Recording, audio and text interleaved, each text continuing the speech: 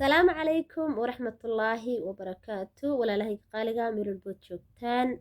channel كذا قد آونيسان وفاضمة فيلسن قف كذا الله لواني وفاضمة فيلسن وحاردين رجينا يا خير بدن عافيماد إنه بتقولي عندي رجينا يا إلهي هايدن حفظيو ميلكستو تشوكتان نبض إيو بشبش إيو برواقع يا إيدي رجينا يا أصحابتي إذا قالقة اسكسو نقشو وناكسن مركل إي فيديو عسب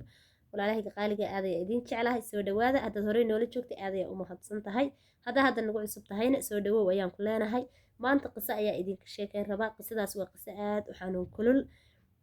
qisadani waxay ku dhacday wiilkan uu sawirkiisa halkan idinka muuqda ayay qisadani ku dhacday wiilka waxaa la dhahaa cali aabihiisna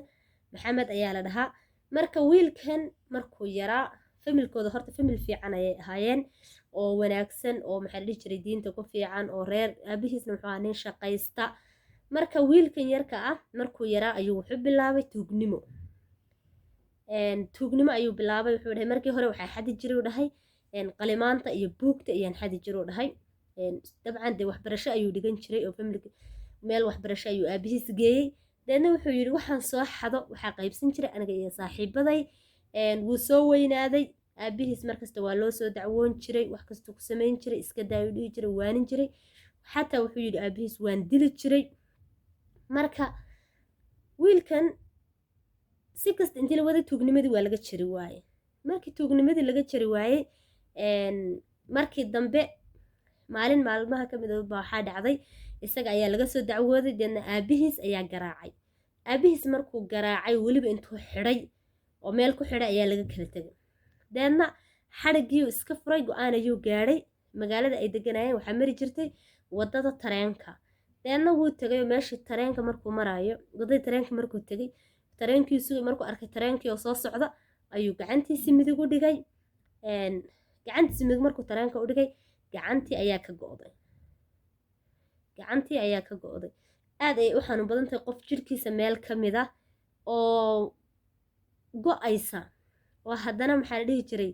aan kabuubisa lagu durin waxba ha ka yaabin xataa maskaxdiisa inay wax gaadho khatar waaye sababtoo nabarka markuu qofka ku dhacayo aad bay u xanuun badan tahay isagoo maskaxdiisa taan tahay oo soo jeedo waxba yaan waridin ku daalina wiilkii dadaa soo qaaday aabihiisa loo keenay iyo reerkoodii baa loo keenay reerkii way daanaxeen oo anfariireen oo isbitaal baa la geeyey aadna wuu u dhiig baxayay isbitaal baa la geeyey isbitaalkii hal wiig buu ku jiray isagoo gacantii midig go-an tahay uu kasoo baxay markuu kasoo baxay waa la joogay wuxuu is yidhi haddaa gacanta midig iska goysay tuugnimadii waad iska dhaafaysaa bas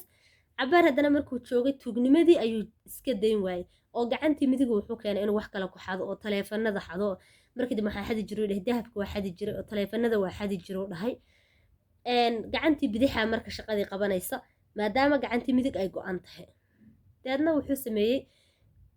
wuu qaaday maalin sanad iyo bar markay kasoo wareegtay uu dhahay oon damcayna in badan iska jaro tuugnimada oon iska jari waaye oo gacantii bidixda aan ka reebi kari waaye inay qaaditaanka dayso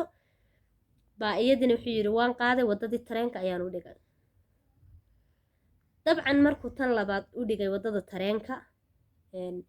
gacantii besa dhaawac kama soo gaadhin madaxa xataa dhaawac ayaa ka gaadhay oo birihii tareenka ayaa madaxa ka jeexay oo madaxii laba dhinac usaa u noqduu dhahay nabar weynaa madaxa ka gaadhay gacantii kalena wuu gooyey gacantii kale markuu gooyey aabihiis iyo reerkii haddana waa maqleen waa lagu yaacay aabihiis markuu arkay wiilkiisoo gacantii go-an tahay madaxii kala dilaacay bas koomo ayuu galay meeshii uu koomo ku galaybo aabihi isbitaalka la dhigay wiilkiina sidii oo kale uu kasoo baxay aabihiis muxuu go-aan ku gaadhay dib dambe inuusa ula hadlin sababtoo wuxuu dhahay qof wuxuu yidhi dhimashada aan ka cabsanaynin oo naftiisa isaga halaagaya buu dhahay oo naxadinta uu noo geysanaya ee dhibka uu noo geysanaya wuxuu yidhi inaba ka fakaraynin saasaa igu kaliftoo dha inaana mar dambaba la hadlin deetana wiilkii waa la keen adigu wuu fiicnaaday isbitaalka haddana wuu kasoo baxay labadii gacmoodba wuu ka go-an yahay markuu labadii gacmoodba ka go-an yahay isaga wuxuu leeyahay inta hadda aan haysta alxamdulilah iga badan sababtoo ah gacmahaygu wuxuu dhahay way ifidmaynayeen oo waxaaban gacmaha isaga gooyuu dhahay aakhare intaan la gaadhin aan xisaabinayo dhahay inta aakhare gaadhin isxisaabi bayba iga ahayd uu dhahay maadaama naaray igu sii ridi lahaayeen tuugnimadana dhiigaygay raacday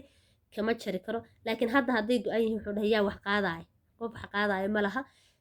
muddaa kasoo wareegtay aabihiis iyo isaga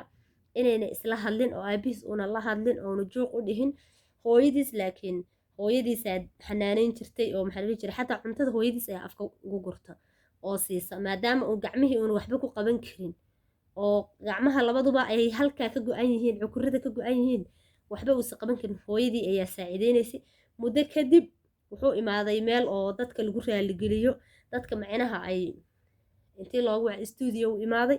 aabihiisa maxaa dhihi jiray sidoo kale loogu wacay kadib aabihii sidii ayaa hadda lagu heshiisiiyey mardhow ayaa la heshiisiiyey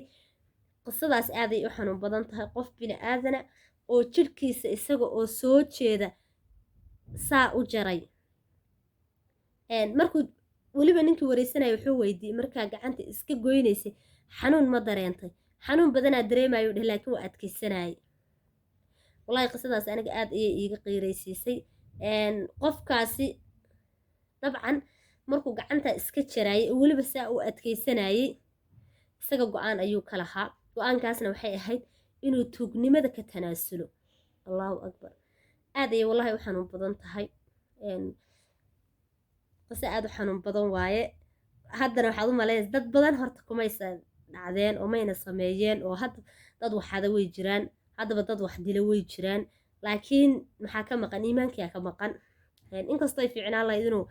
ducaysto oo ilaahay ka baryo ilaahay inuu ka masaxo tuugnimada haddana saasay tahay hadda gacmihiisii waaye laakiin hadda wuxuu ku qanacsan yahay nolosha uu hadda ku jiro oo ah inuu tuugnimadii ka tanaasulay asxaabi ani qisadan wallahi bilaa xataa markaan dhegaysanayay aad ayay taabatay aad ayaa uga xumaaday wiilkaas waxa soo gaadhay iyo xanuunka aad ayaa dareeman bal idinkana wixii ra'yiginaa kommentiga khayr badan baa idiin rajaynayaa